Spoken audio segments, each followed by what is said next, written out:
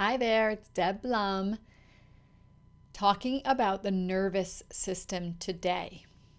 A regulated nervous system is so important, and very few people have a regulated nervous system.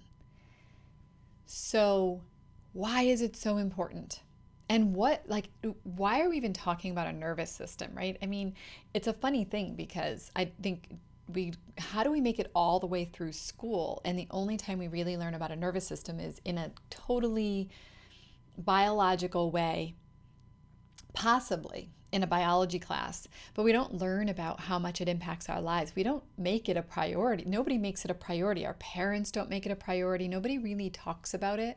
And yet it's one of the most important things we can understand because it is at the core of everything. Our nervous system connected to our brain is the central place that determines in many ways how we're going to show up in any given day. And when you get triggered and you get activated and you get reactive, that's because of your nervous system. When you feel stressed out, that's your nervous system. When you feel anxious, nervous system. Depressed, even depressed, nervous system. When you feel fear and worry, nervous system. When you feel excited and jittery, nervous system. When you feel worried and scared, nervous system. Everything is really centralized in the nervous system. So we don't even talk about it. So I'm not going to get into a lot of details today. This is something that I can point you to the right people to learn from, but I will also just talk about it over time because I am so passionate about it. It's when I understood that I have a nervous system and how my nervous system works that my life started to change for me. So you've heard of the fight or flight system, I'm sure. It's the part of you that is the survival part of your brain that engages when you have a threat or a perceived threat. And we get into fight or flight, or there's also a whole bunch other. There's fawn, there is flock, and there's freeze, and there's fawn. Did I say fawn? Yeah, there's one other one, faint.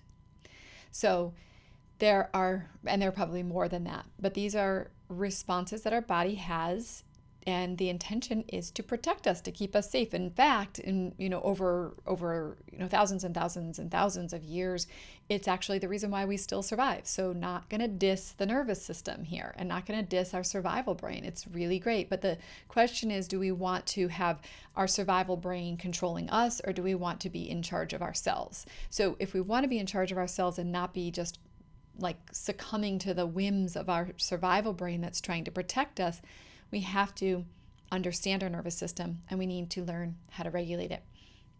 So the ways that we regulate it there are many, many ways, but one of the most important things for you to understand is that you can regulate your nervous system through breath. And so if you notice yourself feeling anxious or a sense of fear, before you take any action, you can use the power of the pause, which is just slow down for a moment, take a breath. The elongated out breath is really the most important one. And to just, while you're doing that breathing, it's not breathing to try to get rid of something. It's breathing to get present with whatever's there. So if you notice your heart is racing while you're breathing, pay attention to your heart racing. You could even, sometimes people find the name it to tame it idea works, where it's just, you could even say quietly to yourself, my heart is racing. And maybe you notice numbness in your arms. I just notice the numbness in your arms. It's not about trying to change it. It's just bringing your attention to it and actually welcoming all of it to your space. So it's saying, whatever I'm feeling right now, if it's anxiety, we're usually trying to resist something. And we know that what we resist persists. So instead of resisting, we're going to invite. And that is the fastest path to regulating our nervous system, is to come to the place of acknowledging what's true, and also at the same time, so we're also using the breath, which is going to just engage the parasympathetic nervous system, which brings us to homeostasis, which is a calmer state.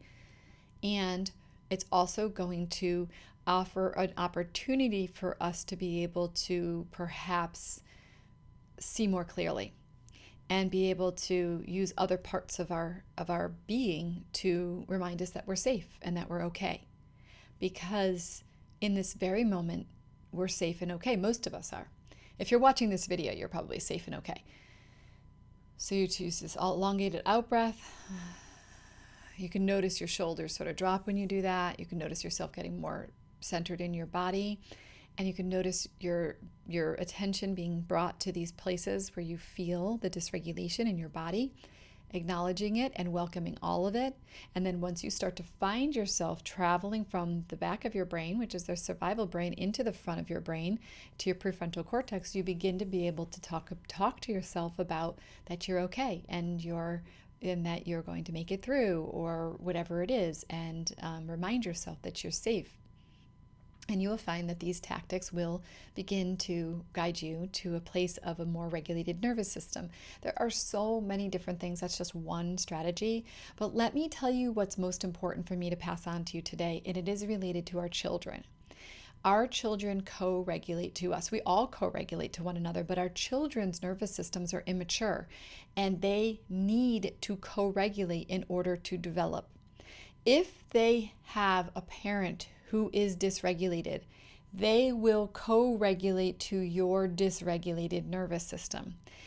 As they grow up, they will never learn to develop a regulated nervous system because they co-regulate in order to develop it.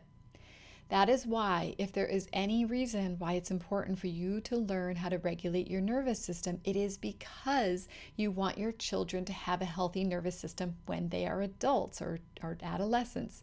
So this work is critically important. So to the extent that you're willing, I would say make that a priority. It's easy to try to go in and try to help our kids to create the strategies to calm down or to help to provide them with tools. But the house, this is what's changed in my house.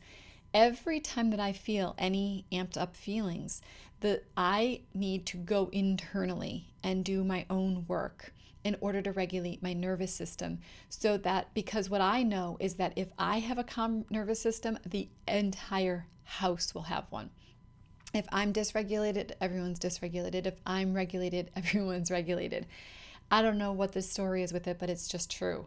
And so my feeling on this is that to the extent that you can, you do your work in this space. I noticed when I first started doing work on regulating my nervous system, I would go with other people who were dysregulated and I would co-regulate to them.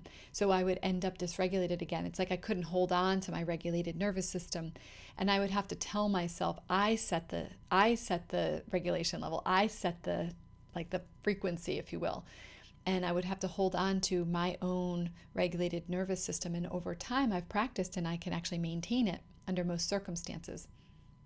So that's my invitation, is for you to consider understanding better the nervous system, understanding how you can regulate your nervous system, and understanding how your nervous system impacts your entire home.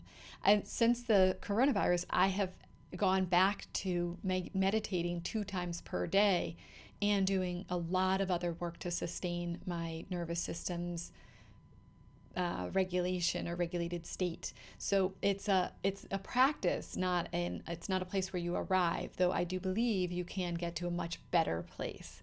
So that is my invitation to you. I would love to share more about it with you, and I will in the future. Thanks.